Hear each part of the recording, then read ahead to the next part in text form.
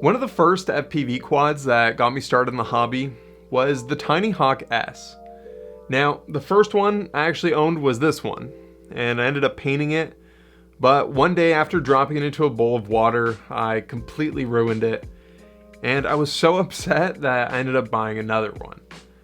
Now, I liked this quad so much because it was small, easy to use, it worked pretty well straight out of the box, and especially after a little bit of tuning, this thing was so much fun, and I've had a great time flying it around my apartment since day one.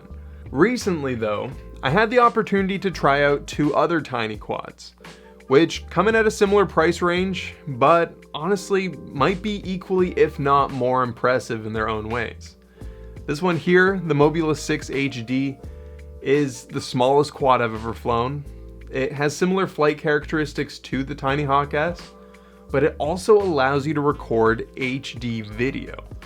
Well, this one here, the Tinyhawk 2 Freestyle, well, I don't want to get into details just yet, but in some ways, I might have more fun flying this than my full-sized Nazgul 5.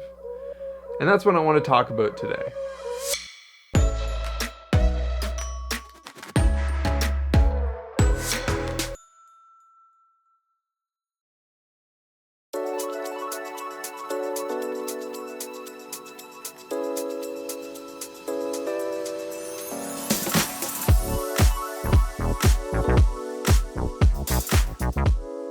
So first, let's take a look at the Mobula 6 HD, which, look at it, it's tiny. It's even smaller than my Tinyhawk S. And yes, this little guy does have the ability to record HD video. Take a look. Now, the video is only 1080p resolution, so it's not as high quality as a GoPro, and the camera is actually still analog. This means to fly it, you'll need a pair of analog goggles, and as you're flying, you'll still see analog video. However, this camera will simultaneously record that same flight in clear HD quality, so that when you want to put that footage up on YouTube or play it back for your friends to see, everyone's not wondering why it looks like an old VHS. This is huge for me, because although I thoroughly enjoy flying analog, I don't really like putting analog DVR footage up on Instagram, because it just doesn't look very good. And when it comes to tiny drones like these, you also can't really strap a GoPro to them either. For me, being able to show FPV footage to friends and family who have never seen anything like it is one of the coolest parts of the hobby, and it's just great that this allows you to do that in high quality at an entry-level price point.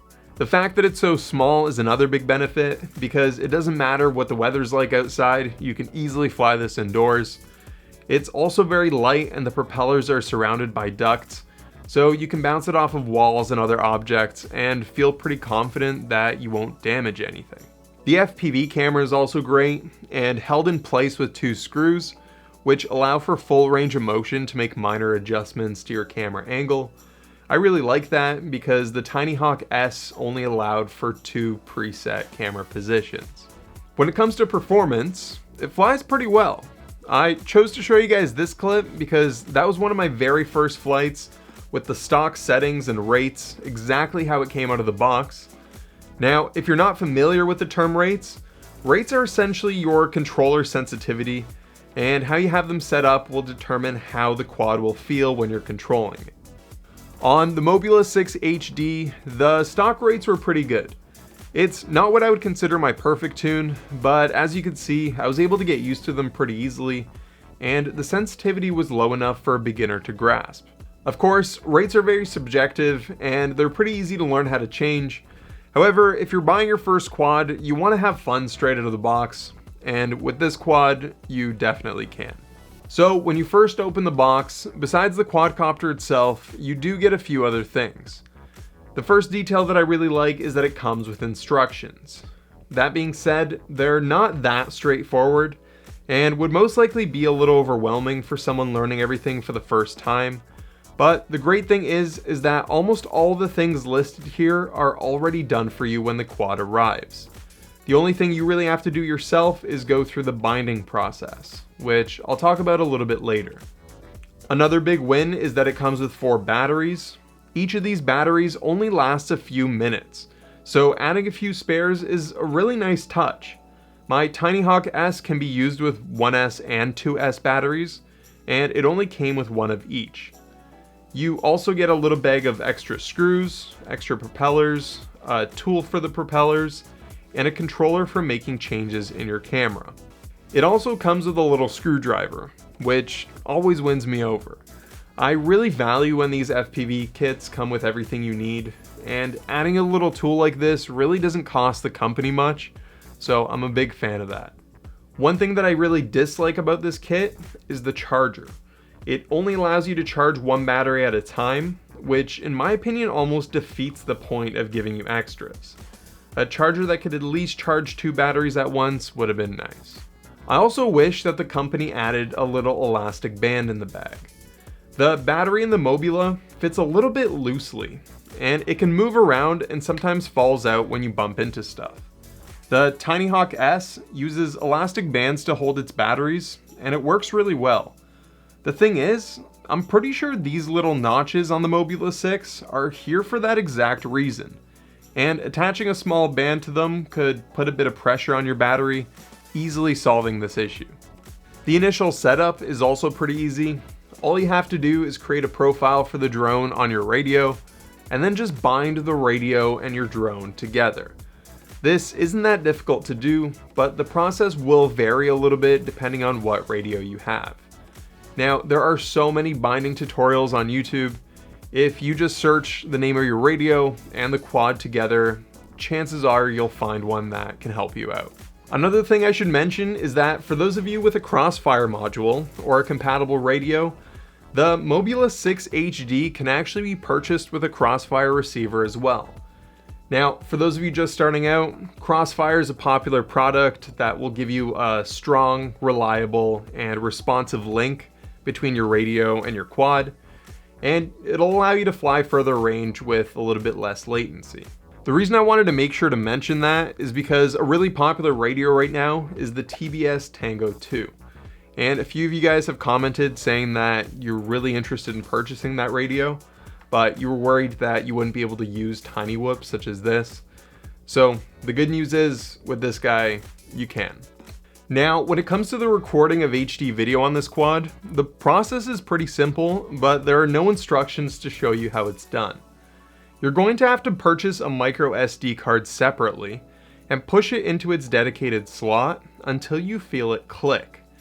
Then all you have to do is plug in the battery and the quad will automatically start recording. For me, the light on top flashes when the camera is recording, and when you have your goggles on, there will also be a red light at the top right corner of your screen. If you ever wanted to stop recording or start it back up again, there's a little button on the side that you can press. Also, whether or not you remember to press the stop recording button at the end of your flight, the recording should save without a problem. Next, because I didn't really understand how to use the prop tool when I first got it, to swap or remove your propellers, all you have to do is wedge the provided tool between the propeller and the motor and wiggle it up and down until the propeller lifts up. They're usually pretty snug, so if you don't get it right away, just keep trying. Finally, I want to quickly mention Project Mockingbird. Now, if you're just starting out, this isn't something you have to concern yourself with, but it is something worth at least knowing about. What Project Mockingbird is an initiative started by a guy named Patrick Clark, whose passion is just figuring out how to get the most performance out of tiny whoops such as this one.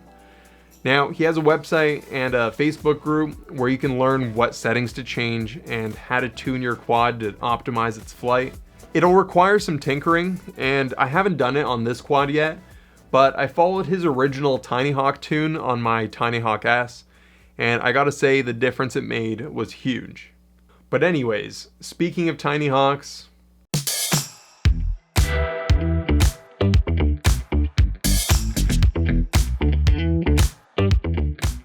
this here is the Tinyhawk 2 Freestyle, and it's a little bit bigger than the Tinyhawk S, and as you can see, its design is a little bit different. The props are all uncovered, and although they attach to the drone the same way as on the Mobula, they have 2 screws to hold them in place. The camera on this quad is also fully adjustable, and instead of using a 1S or 2S battery, it takes two separate 1S batteries at the same time to power it up. While the frame on the other two quads is plastic, this frame is made from carbon fiber and has pretty similar layout to a full-sized FPV quad. Overall, it seems to have a very well-built design, maybe except for these two antennas, which they seem to have just left hanging in midair. When I first got this drone, the antenna placement seemed a little bit sketchy, especially since the propellers are uncovered and could easily cut one of them in a crash. My solution to this was to take two small zip ties and secure them to the frame where they are much more out of reach of the quad's propellers. Now, when I first flew the Tinyhawk 2 Freestyle, I'm not sure what I was really expecting, but this thing rips. It's so agile and responsive in the air, and it really caught me off guard at how similar the flight characteristics were to my 5-inch drone, the Nazgul 5. While the Tinyhawk S and the Mobula 6 HD are great for just flying around, they are limited to the maneuvers they can perform. With the TH2 Freestyle, I feel like I can pretty much do everything I would normally do, just maybe on a smaller scale, shorter range, and obviously without being able to mount an action camera to it. Now, when I say that I personally like flying this quad almost as much as my Nazgul, I'm not saying I would ever trade in my 5-inch quad for this one. I like flying long distances and taking videos way too much. However, the thing with this one is it just seems like there's so much less risk involved when you're flying it, which allows me to go faster and harder and just fearlessly push my limits, which ends up with me having way more fun.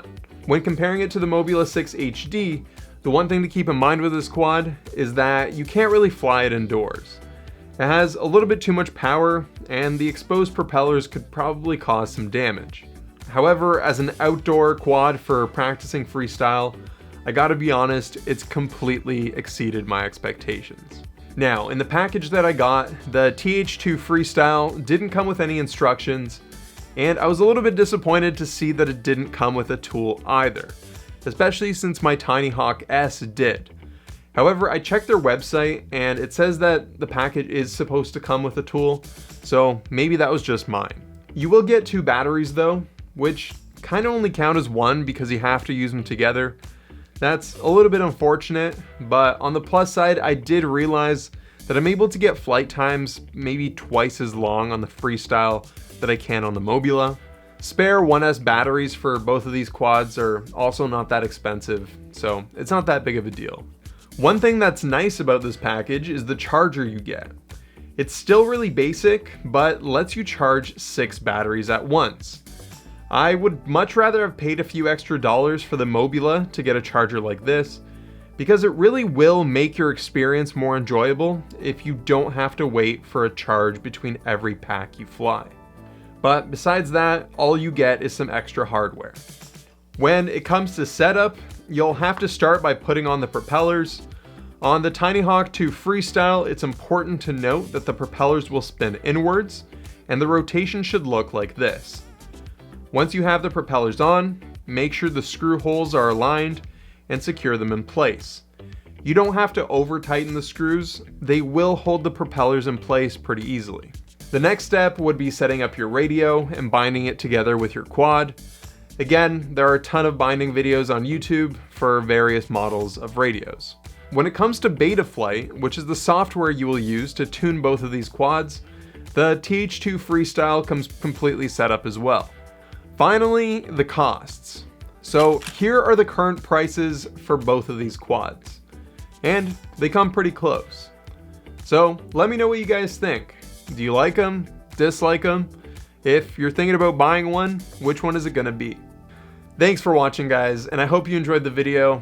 If you did, the one thing that I ask of you is just quickly hit that like button, and you guys are always more than welcome to subscribe as well. Thank you for your support, and I'll see you guys in the next one. Peace.